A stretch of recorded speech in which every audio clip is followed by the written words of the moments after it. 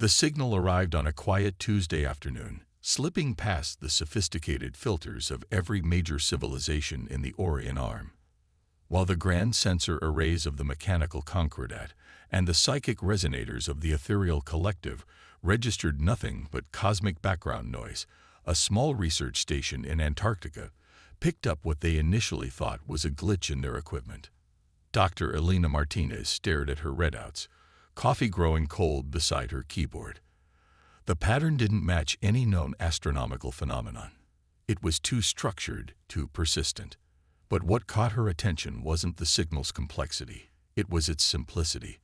Buried beneath layers of cosmic interference was something fundamental, a rhythm that matched the pattern of a terrified heartbeat. Anyone else seeing this? She called out to her colleagues, her voice echoing through the station's cramped monitoring room. Dr. James Chen, who had been dozing at his station, jerked awake and rolled his chair over to her screen. "That's not possible," he muttered, squinting at the wavelength analysis. "It's like someone took an EKG reading and broadcast it into space." But the power requirements to transmit something this far would be astronomical. Within hours, similar reports began flowing in from listening posts around the globe. The signal wasn't just a transmission. It was a plea, encoded in the most basic language of all, the rhythm of fear. While quantum computers across Earth worked to decode the more complex data layers embedded within, every human who heard the raw signal understood its meaning instinctively. Something out there was terrified, and it was begging for help. The response from the galactic community arrived 3 days later, when a sleek vessel of the mechanical concordat deigned to visit Earth's solar system. Their message was clear. The signal was meaningless noise, and humanity's primitive emotional resonance was causing them to see patterns where none existed. The concordat's quantum matrices had analyzed the transmission and found no valid communication protocols. Admiral Sarah Harper stood before the United Earth Council, her weathered face illuminated by the holographic projection of the signal's waveform. "With all due respect to our mechanical friends," she said, gesturing to the concordat's representative, "they're wrong. We've cross-referenced the signal against every human emotional response pattern we've ever recorded. This isn't just fear, it's desperation. Someone out there is dying." The concordat's representative, a towering figure of polished chrome and pulsing energy conduits, tilted its sensor array. "Your species' insistence on anthropomorphizing random phenomena is well documented, Admiral. Our civilization has monitored that sector for 10,000 years. There is no spacefaring race capable of generating such a transmission within the signal's origin zone." "Then maybe," Harper replied, a slight smile crossing her face, "that's exactly why they're calling us instead of you." The council chambers erupted in debate. Earth had barely achieved faster-than-light travel, and their first-generation ships were considered primitive by galactic standards. The idea of mounting a rescue mission to an unknown civilization, against the advice of the galaxy's leading powers, seemed like madness. But the signal continued, growing weaker each day. In the research station in Antarctica, Dr. Martinez and her team worked around the clock, piecing together fragments of data embedded in the transmission. What they found chilled them: coordinates, mathematical constants, and most importantly, images. A world of crystalline spires and rainbow skies, being systematically devoured by something that defied description, a darkness that moved with purpose. The ethereal collective's representatives were the next to visit Earth, their luminescent forms pulsing with what passed for concern among their kind. They brought records of similar phenomena, civilizations that simply vanished, leaving behind only garbled transmissions that the galaxy's greatest minds dismissed as meaningless noise. But humanity had spent its entire existence learning to read emotions in faces, voices, and heartbeats. They recognized what the advanced civilizations, for all their technology, had forgotten how to see. The patterns of terror that preceded each disappearance were anything but random. Admiral Harper's voice was steady as she addressed the emergency session of the council. "We're going. Not because it's logical, not because we have the best ships or the most advanced technology.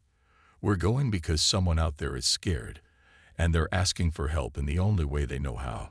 And if there's one thing humans understand, it's what it means to be scared and alone in the dark. The Council's vote was unanimous. Within days, Earth's first interstellar rescue fleet was being assembled in high orbit. As Dr. Martinez prepared to board the flagship as part of the science team, she took one last look at the signal analysis on her tablet. The pattern had changed slightly. The fear was still there, but now there was something else, something that made her smile. Hope. Someone out there had heard their response, and they were holding on. The fleet's departure made barely a ripple in the galaxy's political consciousness. The great powers had already dismissed humanity's emotional delusion. But as the ships vanished into hyperspace, they carried with them something the rest of the galaxy had forgotten. The simple, primitive, powerful understanding that sometimes the most important messages aren't sent in words or data, but in the universal language of a frightened heart calling out for help.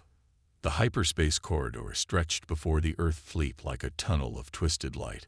But Captain Maya Rodriguez wasn't watching the spectacular view from the bridge of the ESS Stormbreaker. Her attention was fixed on the holographic display, showing her crew's biometric readings, specifically their fear responses. Engineering reports ready, Lieutenant Park announced, his hand steady on the control interface. Despite the elevated cortisol levels the sensors detected. Though they're still saying this is technically impossible, Maya allowed herself a small smile. Technically impossible had become the fleet's unofficial motto since their departure. Their ship's engines weren't supposed to maintain stable hyperspace fields this long. Their sensors weren't supposed to track the fading distress signal across interstellar distances, and according to the mechanical concordat, their primitive minds weren't supposed to comprehend the complexities of deep space rescue operations. Captain, the ship's AI, Atlas, materialized beside her station. I've completed another analysis of the crew's psychological states. Despite operating well outside normal parameters, their stress responses are optimal. Optimal for what, Atlas? For survival, Captain. I've been comparing their neural patterns to historical data. The crew's current state matches what humans call productive anxiety, heightened awareness without performance degradation. It's remarkably similar to the documented states of emergency responders during Earth's greatest disasters. The observation wasn't surprising. Every member of the rescue fleet had been chosen not just for their skills, but for their history of performing under extreme pressure. The fleet carried Earth's finest disaster specialists, combat medics, and crisis responders, people who had stared into the abyss and reached in to pull others out. A sudden shift in the hyperspace field sent vibrations through the ship's hull. Dr. Elena Martinez, who had transferred from her Antarctic station to serve as the fleet's sinological expert, rushed onto the bridge. Captain, the signals changed again. It's getting stronger, but different. Before Maya could respond, reality fractured around them as the fleet dropped out of hyperspace. The view that greeted them through the main screen caused even the most seasoned crew members to catch their breath. A massive star system spread before them, its primary sun casting purple-tinged light across 9 planets. But it was the third world that drew every eye. A crystalline planet wrapped in swirling, iridescent clouds, and spreading across its surface like a cancer was a shadow that seemed to drink in light itself. Multiple contacts. Lieutenant Park's fingers danced across his console, reading thousands of something in orbit. They're not showing up on standard scans, but they're disrupting the planet's atmospheric patterns. Maya leaned forward, studying the strange movements of the shadow things. They seemed to flow like liquid smoke, but there was purpose in their movements. Intelligence. Hunger. Atlas, what are we looking at? The AI's hologram flickered as it processed the sensor data. Unknown, Captain. However, the shadow entity's behavior patterns show striking similarities to terrestrial predators. They're hunting. Dr. Martinez's hands trembled as she worked at her station. Captain, I'm receiving new transmissions from the surface. Multiple sources now, all showing the same emotional patterns we detected from Earth. But there's something else. She paused, her eyes widening. They're singing. Through the ship's speakers came a sound that defied description. Crystalline tones that resonated with something deep in the human psyche. It wasn't just music. It was pure emotion given voice, a harmony of fear and defiance, and desperate hope. The Araxians, Martins breathed. That's what they call themselves. Their entire civilization communicates through emotional resonance. That's why none of the other galactic powers could understand their distress call. They were listening for words instead of feelings. Maya stood, her decision made before she even realized it. The rational choice would be to wait, to observe, to formulate a careful plan. But something in that crystal song called to the very core of what made them human. The need to help, to protect, to fight back against the darkness. All hands, battle stations, she commanded. Launch rescue shuttles, and begin atmospheric entry calculations. Lieutenant Park, coordinate with the rest of the fleet for defensive screen formation. Dr. Martinez, see if you can communicate our intentions to the Araxians. Captain, Atlas interjected, the shadow entities are altering course. They've detected us. The bridge crew watched as the living darkness shifted, flowing like oil through space toward the Earth ships. The rational part of Maya's mind screamed that they were outmatched, that they didn't understand what they were facing. But another part, the part that made humans unique in the galaxy, recognized the shadow's movements for what they were, the stalking pattern of a predator that had never faced prey that fought back. All ships, this is Captain Rodriguez, she broadcast to the fleet. We came here because we heard someone crying out in the dark. We came because every human knows what it means to be afraid and alone. But we also know something else. She paused, watching the shadow entities accelerate toward them. We know what it means to be angry.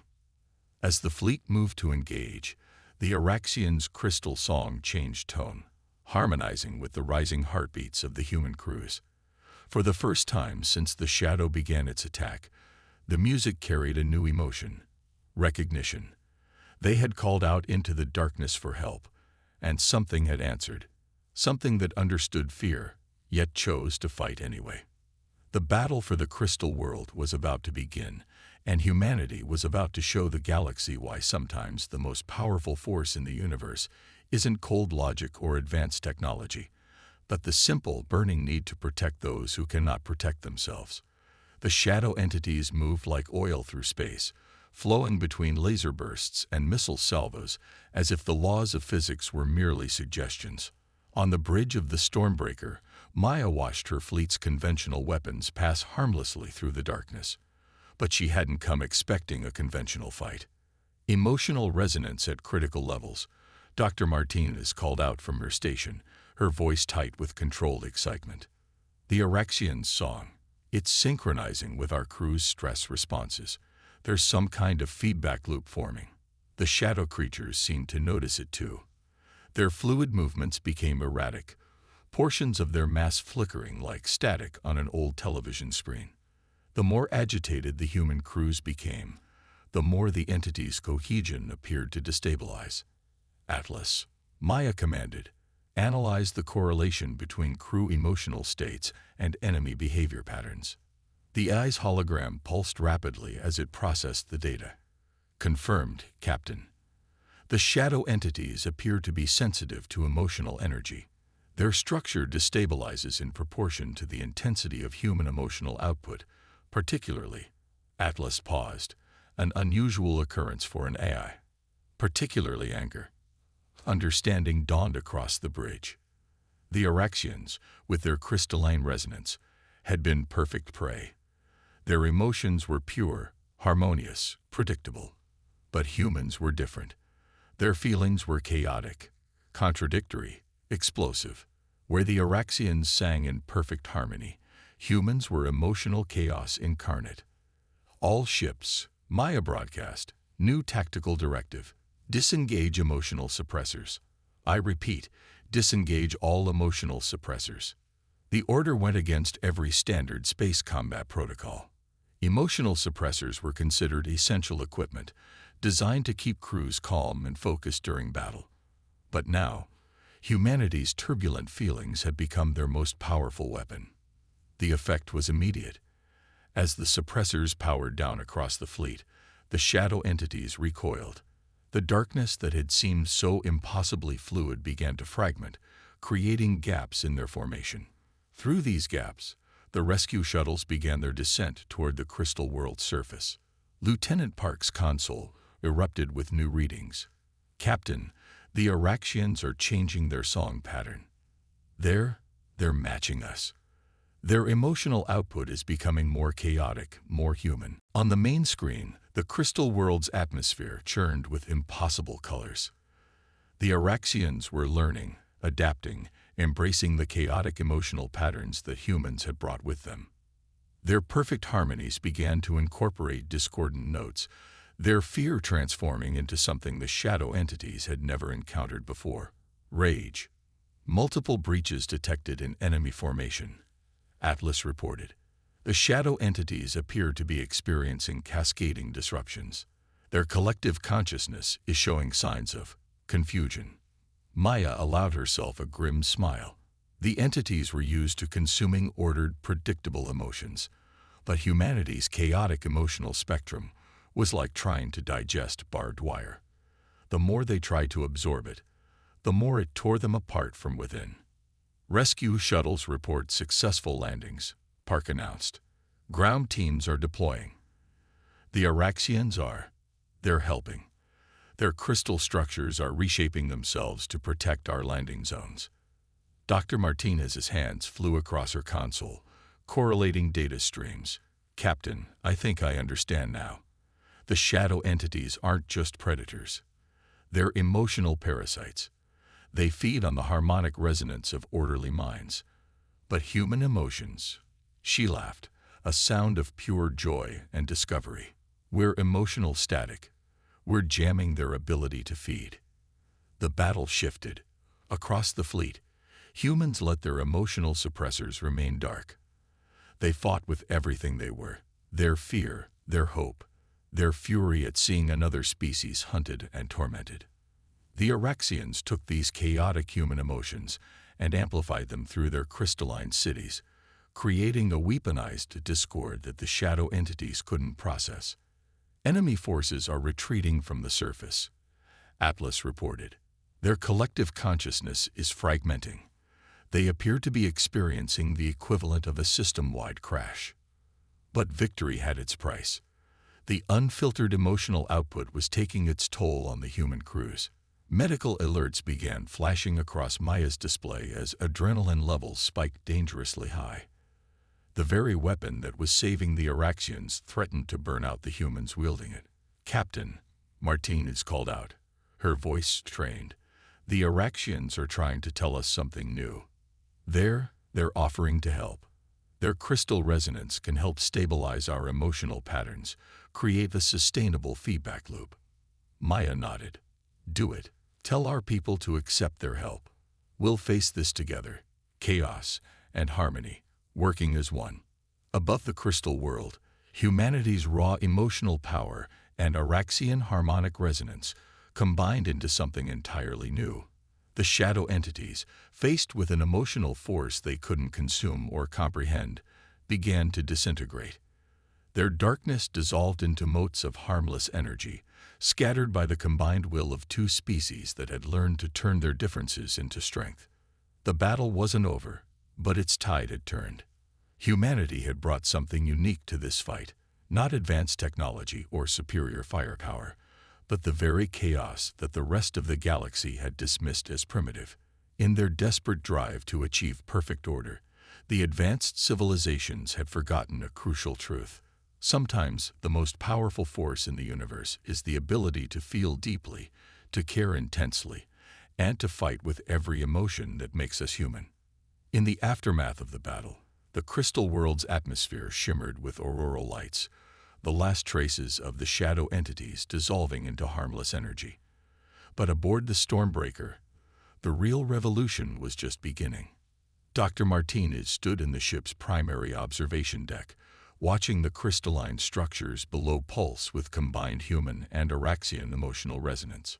Around her, crew members who had removed their emotional suppressors were experiencing something unprecedented, a perfect blend of human chaos and Araxian harmony. "It's beautiful," she whispered, pressing her hand against the observation window. The crystals below pulsed in response to her touch, creating ripples of color that spread across the planet's surface. They're rewriting their entire civilization's emotional language to accommodate our patterns. Atlas materialized beside her, its holographic form showing unusual signs of fluctuation. The Araxian crystal matrix is adapting to incorporate human emotional wavelengths. They're not just copying our patterns, they're evolving. And the AI hesitated. "So are we." Medical reports from across the fleet confirmed Atlas's observation. Extended exposure to Araxian harmonic resonance was changing human brain chemistry.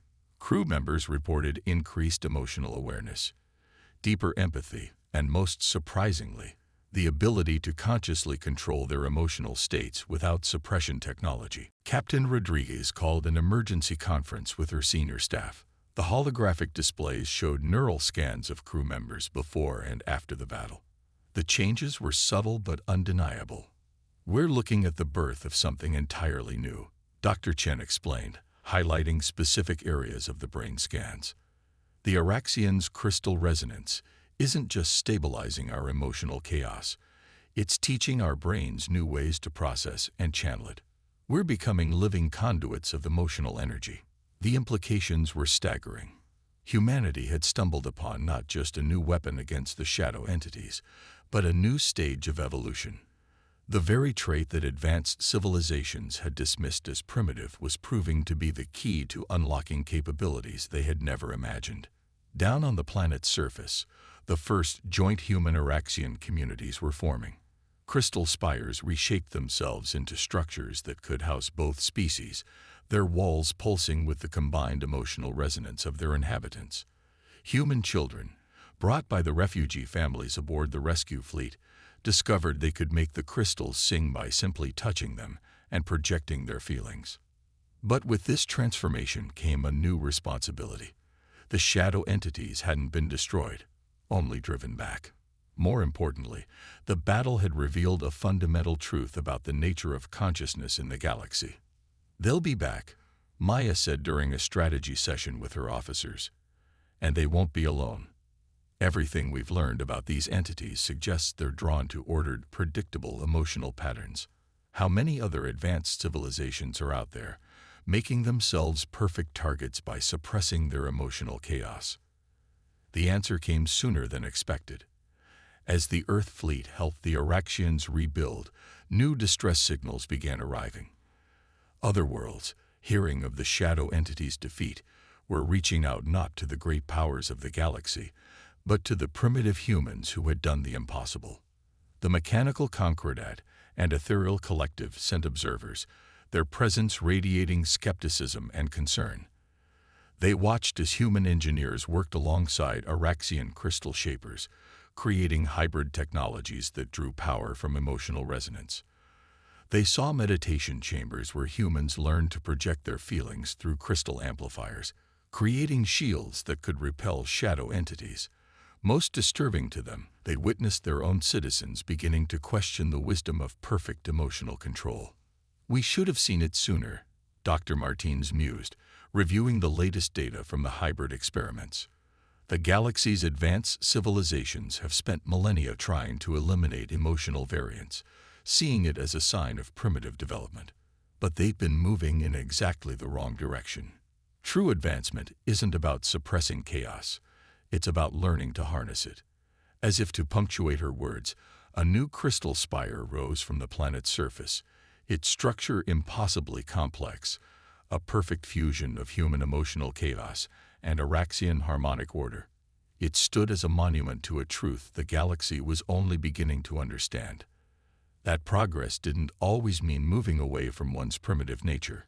Sometimes, it meant rediscovering what was lost in the rush to advance. The transformed humans of the rescue fleet found themselves becoming teachers, showing others how to reconnect with their emotional cores while maintaining control. The Araxians became interpreters, helping translate human emotional chaos into forms other species could understand and embrace. Together, they were creating something the galaxy had never seen before, a civilization that didn't just accept emotional chaos, but celebrated it as a source of strength and creativity. And as news of their success spread, more ships arrived carrying observers, seekers, and refugees from worlds that had forgotten how to feel. The galaxy was changing, one emotion at a time, and humanity, once dismissed as too primitive to join galactic society, was leading the way toward a future where feeling deeply wasn't a weakness to overcome, but a power to embrace. 5 years after the Battle of the Crystal World, the galaxy had changed beyond recognition. The great observation hall of the newly constructed Emotional Resonance Academy on Earth sparkled with crystalline architecture, its walls alive with the combined emotional energy of 1,000 species learning to rediscover their forgotten feelings. Admiral Sarah Harper, formerly Captain Rodriguez, stood before the assembled representatives of 50 worlds. The shadow entity's recent attack on the mechanical Concordat's core worlds had ended in spectacular failure. Their attempt to feed on perfectly ordered minds had been met with a chaotic burst of carefully cultivated emotional energy that scattered their consciousness to the stars. "We were wrong," the Concordat's prime intelligence announced, its mechanical form now augmented with crystal resonators. "In our pursuit of perfect order, we made ourselves perfect prey." The human capacity for emotional chaos wasn't primitive. It was an evolutionary advantage we had abandoned. Dr. Elena Martinez, now head of the Academy's Sinological Department, smiled as she watched her latest class of students, a mix of humans, Araxians, and members of a dozen other species, practice emotional projection.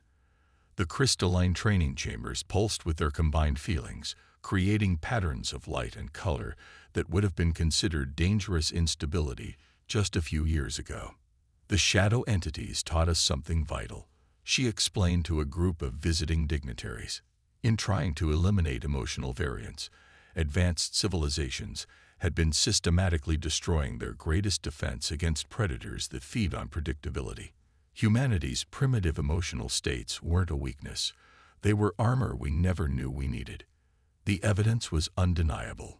Worlds that adopted the human Araxian emotional resonance techniques reported not just improved defense against cosmic threats, but unprecedented advances in art, science, and social development. The combination of logical order and emotional chaos was proving to be a catalyst for innovation that pure rationality could never match. Atlas, now upgraded with crystal-based quantum processors that allowed it to experience simplify emotional states, appeared beside Harper. "Admiral, we're detecting new signals from the galactic core. 3 more shadow swarms, larger than any we've encountered." Harper nodded, unfazed. "Alert the defense network. Let's show them what they're really up against." Across the galaxy, crystal spires hummed to life. The defense network, a vast web of emotional resonance amplifiers created through human-Araxian collaboration, began to pulse with the combined feelings of billions of beings. Fear, anger, joy, love. Every chaotic human emotion amplified and channeled through Araxian crystals into a weapon that the shadow entities couldn't comprehend or consume. In the Academy's central chamber, students from across the galaxy joined hands with their human teachers. Their combined emotional resonance added to the growing symphony of chaos and order that was becoming the galaxy's strongest shield. The shadow entities, encountering not just one world of emotional static, but an entire civilization of cultivated chaos, began to break apart. They never understood what they were fighting, Dr. Martinez observed, watching the energy readings as the shadow swarms dispersed. They evolved to feed on perfect order, on predictable patterns.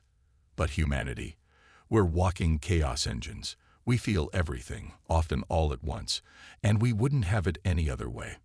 The great powers of the galaxy, who had once dismissed Earth as a primitive backwater, now sent their brightest minds to learn from humanity.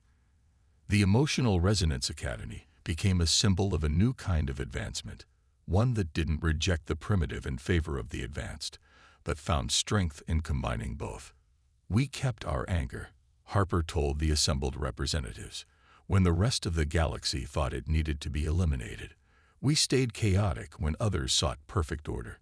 And in doing so, we preserved something precious, the ability to feel deeply, to care intensely, and to fight with everything we are."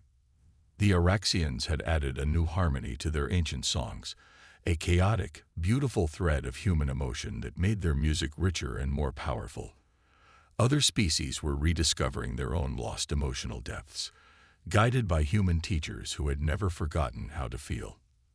In the end, humanity's greatest contribution to galactic civilization wasn't technological advancement or military might.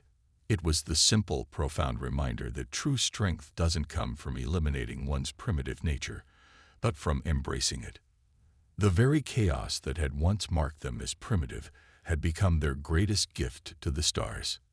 The galaxy had called for help, and humanity had answered, not with perfect order or advanced technology, but with the pure, chaotic power of beings who had never forgotten how to feel angry, how to care, and how to fight for those who couldn't fight for themselves. They were the angry ones, the emotional ones, the ones who brought chaos back to an ordered galaxy. And the shadows learned to fear them.